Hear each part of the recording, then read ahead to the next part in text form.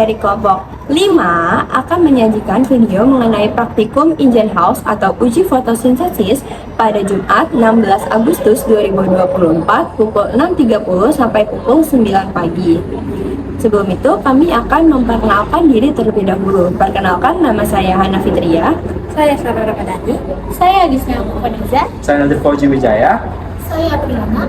Saya Deni Catur Kuncoro.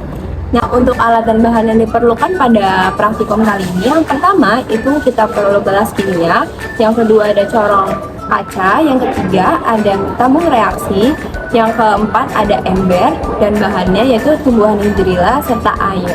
Adapun cara kerja dari praktikum kali ini yaitu yang pertama ada siapkan alat dan bahan, yang kedua masukkan hidrilla ke dalam ember yang sudah berisi air, yang ketiga potong hidrilla menjadi beberapa bagian, yang keempat masukkan hidrilla yang sudah dipotong ke dalam corong, yang kelima masukkan corong yang sudah berisi hidrilla ke dalam gelas kimia, yang keenam masukkan tabung reaksi ke dalam corong, yang ketujuh gelas yang sudah dirakit masukkan ke dalam air yang sudah berisi ember, lalu pastikan tabung reaksi tidak ada oksigen yang masuk.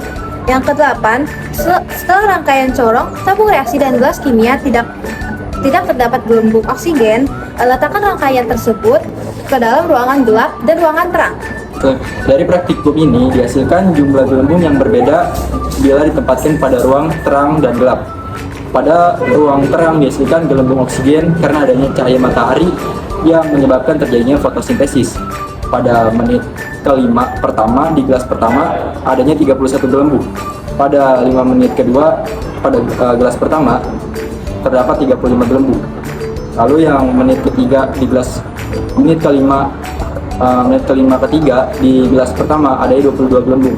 Dan pada gelas kedua pada reaksi terang itu ada 5 gelembung pada 5 menit pertama. 5 menit kedua adanya 13 gelembung, dan menit kelima ketiga pada gelas kedua adanya 9 gelembung. Dan pada reaksi gelap tidak ada gelembung karena tidak terjadi fotosintesis karena tidak ada cahaya matahari tersebut. Oke, selanjutnya ada pembahasan.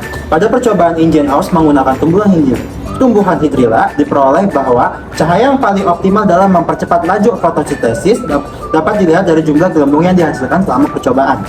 Hal ini terjadi disebabkan oleh penyusunan tumbuhan hidrilla yang tidak merata di bagian bawah corong. Nah, gelembung oksigen banyak menumpuk di bagian bawah corong di sekitar tumbuhan hidrilla. Oksigen tersebut baru akan naik ke permukaan bila telah menghasilkan gelembung oksigen yang besar.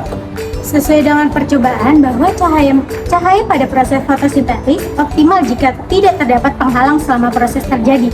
Cahaya langsung terkena objek yaitu tumbuhan hidrilla. Fotosintesis tidak dapat terjadi bila di ruangan gelap, yang dimana tidak ada cahaya yang dapat mempengaruhi tumbuhan untuk melakukan fotosintesis.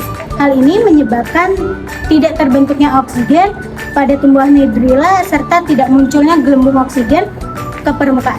Terakhir ada kesimpulan. Dari hasil praktikum ini dapat disimpulkan bahwa cahaya memegang peranan penting dalam proses fotosintesis.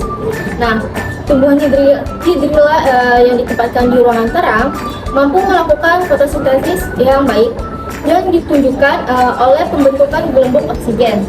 Sebaliknya, pada ruangan gelap, fotosintesis tidak terjadi karena tidak adanya cahaya yang disebabkan tidak terbentuknya oksigen. Dengan demikian, cahaya terutama intensitas dan kesediaannya sangat mempengaruhi laju dan efektivitas